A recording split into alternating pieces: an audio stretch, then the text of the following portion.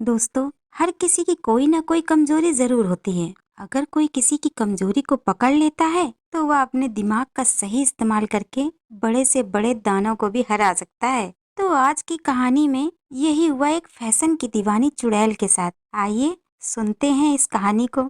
एक गांव के किनारे एक नदी बहती थी। ठीक उसके बगल में एक घर था। नदी की ओर जाने से सभी गांव के लोग डरते थे। रात को ही नहीं बल्कि दिन में भी कोई उधर नहीं जाता था, क्योंकि लोगों का कहना था नदी के किनारे वाले घर में एक औरत रहा करती थी जिसका नाम था मालती। वह अकेली ही रहती थी, लेकिन फैशन की इतनी दीवानी, हर समय फैशन में ही रहना पसंद करती थी। बस दिन भर फैशन, अपने आप को सजाना संवारना, नए नए डिजाइन के कपड़े पहनना, बस यही उसका काम था। अचानक एक दिन नदी के पास उसका पाँव फिसल गया, जिसके कारण उसकी मौत हो गई। तभी से उसकी आत्मा उस घर के और नदी के आसपास दिखाई देती है, ऐसा गांव वालों का कहना था। और तो और वो लोगों को डराती भी है, और उसके पास पहुंचने वाले जानवरों को तो वह मारकर खा ही जाती थी। इसी डर से उधर कोई भी नहीं जाता था। गांव के दीनू का भांजा दिलीप शहर से गांव अपने मामा के यहाँ यानी दीनू के यहाँ कुछ दिनों के लिए घूमने आया था। एक दिन पंचायत में चुड़ैल की कुछ चर्चा चल रही थी कि आखिर कब तक ऐसा चलेगा। हम बड़े लोग तो जानते हैं, लेकिन कभी कोई बच्चा अचानक से उधर चला गया तो क्या होगा, या वो चुड़ैल कभी इस तरफ आ गई, ये सोचकर सभी परेशान थे और घबरा भी रहे थे। तभी मुखिया जी बोले, क्यों, क्या कोई ऐसा नहीं है जिसकी जान में कोई ऐसा व्यक्ति हो जो इस चुड़ैल को भगा सके? हम उसे इनाम देंगे। सभी चुप रहे, क्योंकि किसी की नजर में कोई ऐसा व्यक्ति नहीं था। तभी दिलीप बोला, आप लोगों ने क्या बताया? वह बहुत फैशन वाली थी, उसे सजना संवरना पसंद था। तभी गांव की गीता वो बोली, हाँ, वह फैशन की बहुत शौकीन थी। ऐसी दीवानी थी कि हाथों में चूड़ियां भी वो पूरी मैचिंग की पहनती थी। इसी पर दिलीप कुछ सोचने लगा। तुरंत ही उसके दिमाग में एक योजना सूझी। उसने मुखिया जी से कहा कि आप इनाम में क्या देंगे? मुखिया जी बोले, ये हमारे गांव की एक गंभीर समस्या है।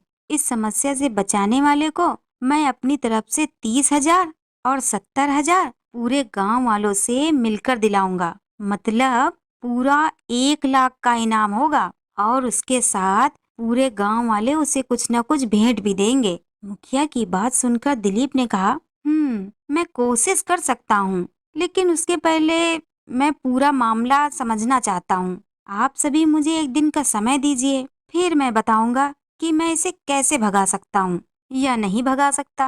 मुखिया बोले, अरे दिलीप, तुम कहाँ पढ़ने वाले, तुम कैसे चुड़ैल को भगाओगे? और तुम तो यहाँ घूमने आए हो, हम अपनी समस्या को तुम्हारे ऊपर क्यों डालें?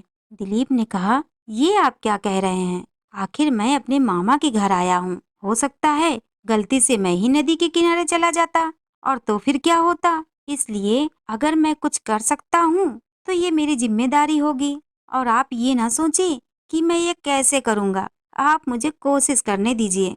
मुखिया ने गहरी सांस ली और बोले, ठीक है, तो फिर हम कल मिलते हैं। सभी अपने अपने घर चले गए। अब शाम को जब अंधेरा हुआ तो दिलीप धीरे धीरे नदी की ओर बढ़ने लगा। किसी ने उसे जाते नहीं देखा, क्योंकि अगर कोई उसे देख लेता तो उसे कोई जाने नहीं देता। अब दिलीप पहुंच गया चुड़ैल के सामने। उसे देखकर दिलीप को थोड़ी घबराहट तो हुई, लेकिन वो डरा नहीं। उसने हिम्मत से काम लिया, और चुड़ैल को देखकर उसे थोड़ी हंसी भी आई, क्योंकि ये तो सच था। एक चुड़ैल जो इतनी सजी संवरी थी, दिलीप को देखकर बोली, वाह, नया मुर्गा, आज तो पेट भर जाएगा। दिलीप उसकी बातों से डरा नहीं, क्योंकि चुड़ैल को सजे संवरे देखकर उसे यकीन हो गया था कि उसकी योजना काम करेगी। वह बोला, हाँ हाँ, क्यों नहीं, मुझे मारकर तुम अपना पेट भर लेना, लेकिन दूसरी चुड़ैल तो पहले अपना साजो सामान इकट्ठा करती है, क्योंकि वह सबसे सुंदर दिखना चाहती है। तभी चुड़ैल बोली, दूसरी चुड़ैल? मैं नहीं जानती, क्या वह बहुत सजती है? दिलीप ने कहा, हाँ, उसके पास अच्छी अच्छी साड़ियाँ हैं, चूड़ी, कड़ा, पाँव की पायल, कानों के बुंदे, गले का हार, बालों को सजाने की चीजें, और भी बहुत कुछ। तब चुड़ैल बोली, लेकिन ये सब वो कहाँ से लाती है? क्योंकि हम अगर किसी के पास जाएंगे तो वह दूर से ही भाग जाएगा। इस पर दिलीप बोला, अरे, उस चुड़ैल को ये चीजें मैं ही तो देता हूँ। चुड़ैल बोली, मैं कैसे विश्वास करूं? दिलीप बोला, क्योंकि मैं तुम्हारे सामने हूँ, वरना वह मुझे खा नहीं जाती, और इसीलिए तुम भी मुझे नहीं खाओगी। इस पर चुड़ैल बोली, चतुर हो। खैर, मुझे तो अपने आप को सजाने में बहुत मजा आता है। चलो, तो बताओ कब लाओगे सामान? मैं तुम्हें छोड़ दूंगी, पर तुम्हें सामान लाना होगा। तब दिलीप बोला, वो तो ठीक है, पर इसके लिए तुम्हें भी तो कुछ काम करना होगा, क्योंकि सामान लाने के लिए पैसा भी तो चाहिए, और इतना पैसा तो मेरे पास है नहीं। चुड़ैल बोली, तो क्या काम करना होगा? मैं क्या कर सकती हूँ?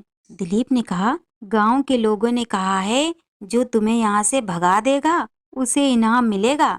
चुड़ैल बोली, अरे क्या कह रहे हो? नहीं, मैं अपना घर नहीं छोड़ सकती। दिलीप बोला, फिर पैसा कहाँ से आएगा? तुम जंगल के रास्ते दूर निकल जाना, वहाँ कहीं दूसरा गांव मिल जाएगा। दूसरी चुड़ैल ने भी तो यही किया है, मैंने उसे सामान दिया, वह जंगल चली गई। तब चुड़ैल बोली, हाँ तुम सही कह रहे हो, ठीक है तुम मुझे सामान लाओ, मैं भी चली जाऊंगी और कभी यहाँ नहीं आऊंगी। वैसे भी यहाँ कोई मेरा सजना संवरना नहीं देखता, तो बताओ मुझे क्या करना होगा? दिलीप समझ गया कि अब ये मेरी बातों में आ चुकी है।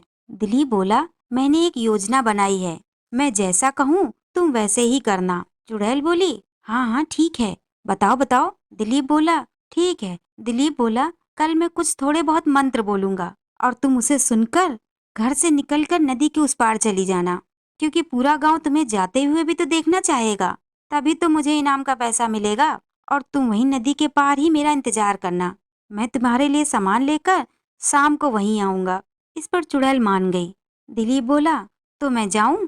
चुड़ैल तो बड़ी खुश थी, लेकिन चुड़ैल कुछ सोच रही थी, उसके दिमाग में नई नई चीजें चल रही थी। फिर वह बोली, हाँ हाँ जाओ, जल्दी जाओ, कल इनाम के पैसे लेकर और शाम को सामान लेकर तुम आ जाना। अब दिलीप मुस्कुराते हुए वहां से चला आया और अगले दिन मुखिया और गांव वालों से बोला, मैंने योजना बना ली है। मुखिया जी बोले, तुम्हें यकीन है? दिलीप बोला, हाँ बिल्कुल, आप सभी मेरे साथ नदी के पास चलें। और सभी दिलीप के साथ नदी के पास पहुंच गए, वहीं पर जहां पर चुड़ैल का घर भी था। अब दिलीप ने जोर जोर से एक अनजाना सा मंत्र पढ़ना शुरू किया। चुड़ैल जो कि अपने घर के अंदर थी, वह सुन रही थी। वह समझ गई कि अब समय आ गया है। अब दिलीप की योजना के अनुसार चुड़ैल घर से निकली और नदी के उस पार भागते हुए चली गई। गांव वालों ने ये देखकर कहा, सच में दिलीप, ये तो कमाल हो गया, तुमने सच में कर दिखाया। लेकिन ये वापस आ गई तो? दिलीप बोला, नहीं, मुझे यकीन है कि ये वापस नहीं आएगी। तब मुखिया जी बोले, लेकिन तुमने ये किया कैसे? तब दिलीप ने बताया कि चुड़ैल अपनी फैशन की वजह से झांसे में आ गई, और अब मुझे उसे कुछ सामान देने जाना होगा। अगर मैंने उसे सामान नहीं दिया तो वो वापस आ सकती है, और सामान दे दिया तो मुझे पक्का यकीन है कि वो वापस नहीं आएगी और यहाँ से दूर चली जाएगी। उसके बाद दिलीप को इनाम के रुपए दिए गए, जिससे कुछ रुपए खर्च करके दिलीप ने चुड़ैल के लिए साजो सामान खरीदा और उसे देने के लिए नदी के उस पार पहुंच गया और बोला, ये लो तुम्हारा नया सामान, अब इनसे सजकर तुम बहुत खूबसूरत लगोगी, और अब तुम इधर कभी मत आना। चुड़ैल बोली, बहुत अच्छा, मैं अब दूर चली जाऊंगी।